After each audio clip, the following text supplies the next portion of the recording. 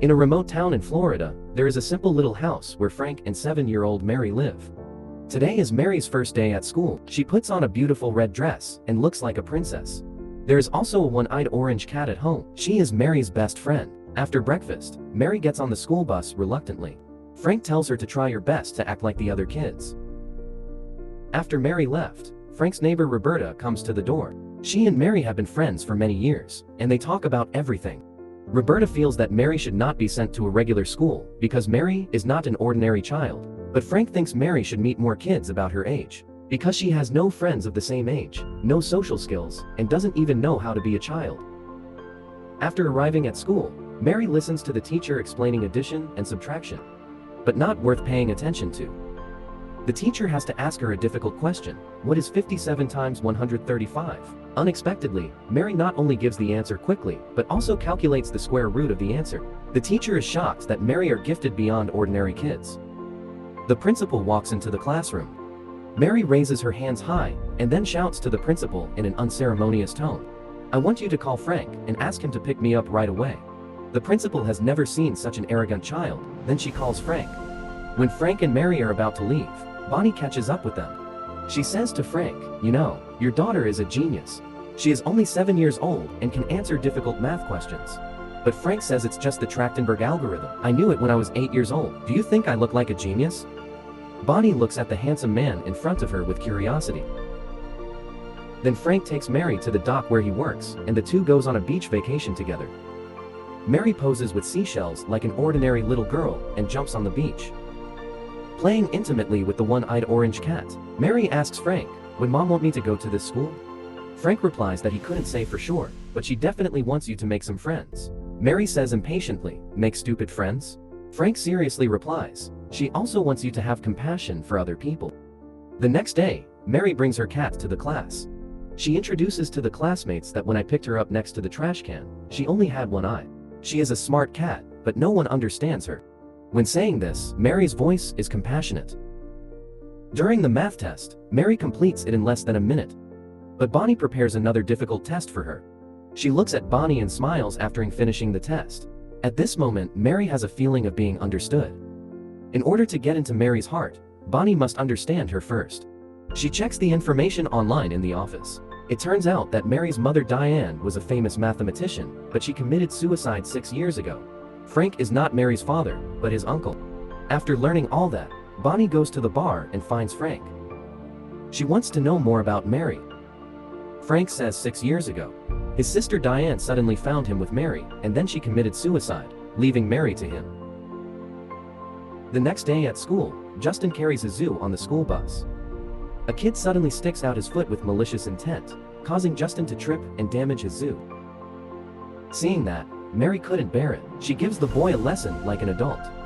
Seeing the boy's arrogance, Mary picks up a book and slaps the boy's face hard. Frank then are called to school to settle this down. At the entrance, the boy who was beaten came out crying. After Frank's arrival, he first checks whether Mary is injured, and then he is invited to the principal's office. The principal feels that this school cannot teach Mary at all. She wants to recommend Mary to schools that educates gifted students, and will apply for a full scholarship for her. But Frank believes that going to a gifted education school will strengthen Mary's sense of being different, which is harmful for her growth. She just needs to be a normal kid. He insists that Mary stays in school, and is proud of her for stepping up.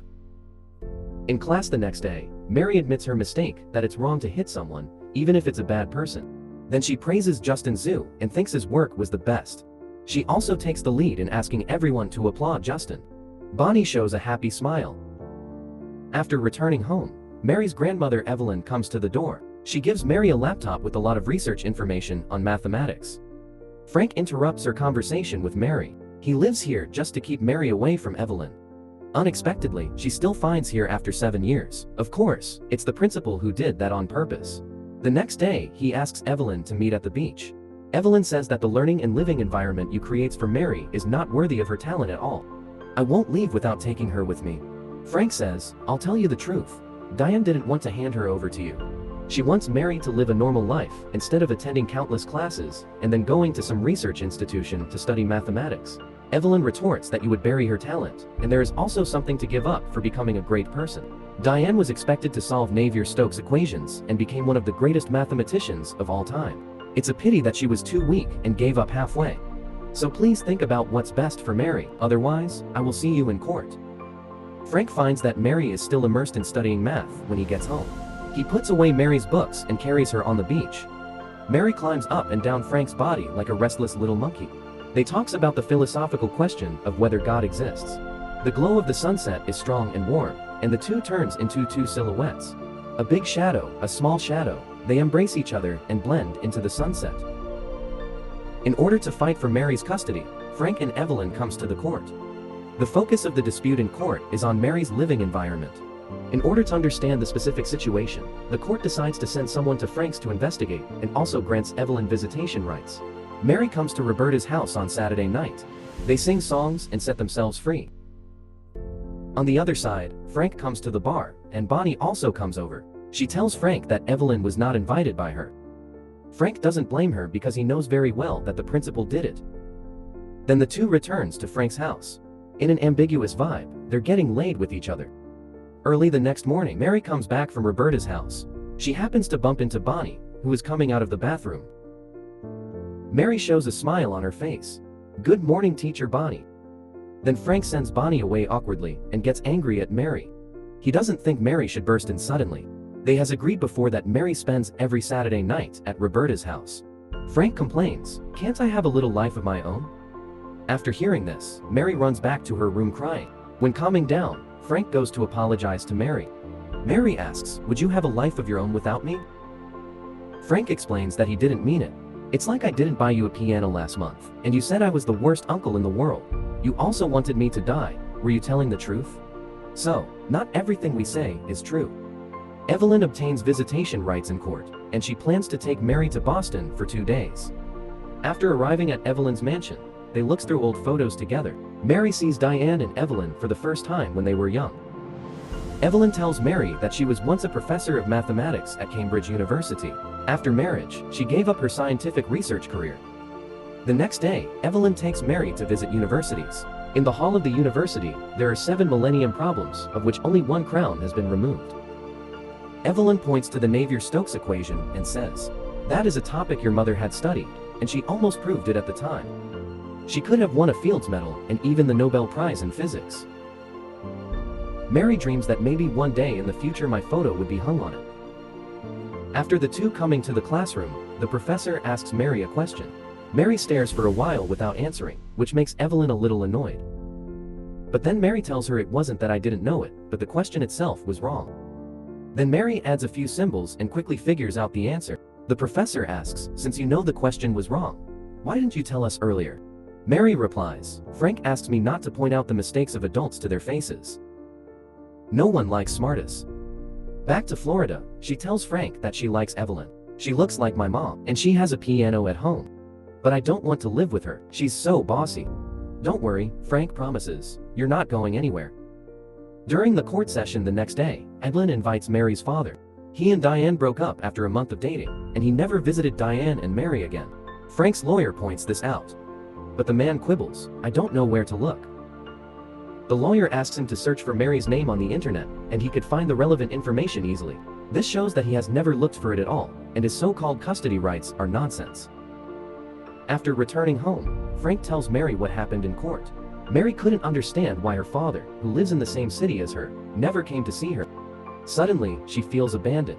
Grief and helplessness wells up in her heart, and she hides in her room crying. In order to enlighten her, Frank takes her to the hospital's delivery room. They wait for a long time, and one baby is finally born. The family waiting outside cheers and hugs the doctor in celebration.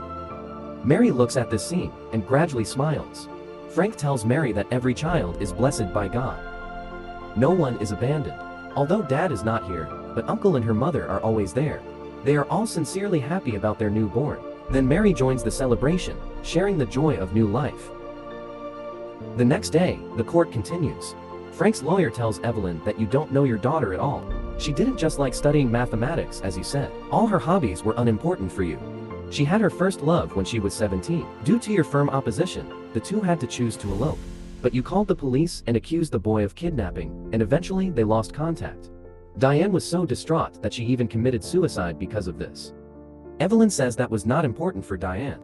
Diane was different from ordinary people. She was a special person, a true genius who was one in a million. Therefore, my responsibility was far more than that of a mother. I was cultivating talents for the progress of human society. You must know that the great discoveries that have brought progress to mankind were all made by extremely rare geniuses. They are the core that promotes human progress. Without them, humans would still be farming right now. Then Evelyn's lawyer questions Frank. You are just a temporary worker repairing ships and have no medical insurance. What if Mary gets sick?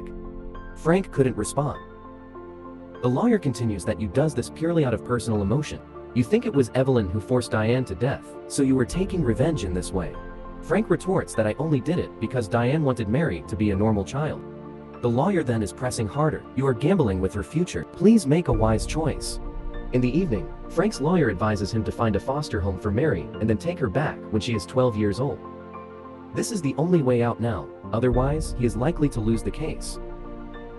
Frank is a little shaken by today's conversation in court, and he doesn't know if his persistence is right. Then Frank goes to see a foster home. The conditions are good, and the couple are very friendly. Frank then sends Mary over, and the one-eyed orange cat is also sent here. Before leaving, Mary cries and says, "Don't leave me here. I want to stay at your place. This is what you promised." Frank is sad too, but he has no other choice.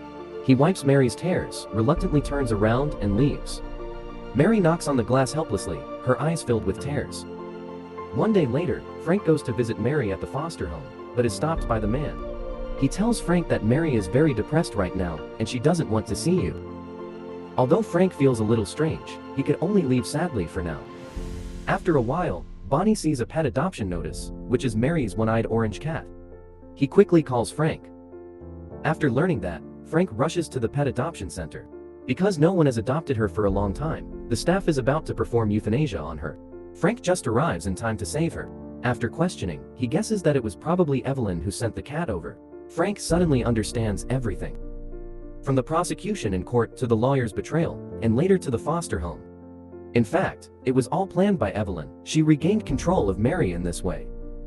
Then Frank and Roberta rushes to the foster home. Expectedly, he finds Evelyn and the math teacher.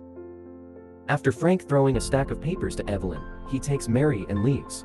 Mary beats Frank angrily, and Frank hugs her tightly. His eyes are full of regret and guilt. "I made a mistake, and I'm sorry." Mary asks him why he keeps me here, and Frank says, "Because I didn't think I'd able to raise you. But now I understand. Since you have become such a great, smart, and adorable little girl, that means I must have done something right." After saying that, the two hugs each other again. Then Frank finds Evelyn. The information he gave Evelyn was the complete proof of Navier-Stokes equation. Frank says, "That day, I walked into her house and she was sitting on the floor with her baby in her arms and finished the equation. You know what she said to me? She didn't know what's waiting for her next." But Evelyn doesn't believe it. This is a millennium problem. If it was published, it would go down in history. How could Diane not publish it? Frank explains, "Diane made it clear to me. It can only be published after death, not after her death, but after yours." Evelyn suddenly realizes something. She is stunned on her feet. Frank continues that Diane was very stubborn, and although she was angry with you, but she shouldn't have published it after your death. Because you are the perfect candidate to verify and publish this important result. After Frank leaving, Evelyn calls the MIT mathematics department. While calling, she suddenly sees dried tear stains on her daughter's manuscript. For the common problem of all mankind, a girl spent her entire childhood and youth. She achieved greatness, but also lost herself. Evelyn could no longer control her emotions and burst out into tears. Soon after, in a school dedicated to cultivating geniuses, Mary and a group of other older people are listening to advanced mathematics. She looks focused, like an adult who is immersed in it. After school, Frank takes her to a regular school. Mary plays with other children. Frank looks at her with a smile. Mary's smile is pure and bright.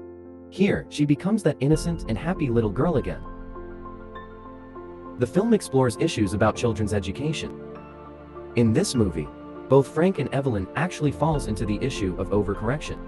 Evelyn believes that Mary is a genius, one in a million, and she should give up herself and devote herself to a great cause. Frank goes in the exact opposite direction. He just wants Mary to be an ordinary person and forget her own talents. In fact, Mary not only needs to think with geniuses, but also needs to play with ordinary children. There is no conflict between the two. who says geniuses must give up themselves and everything. That's today's movie. Don't forget to like and subscribe. Thanks for watching. See you next time.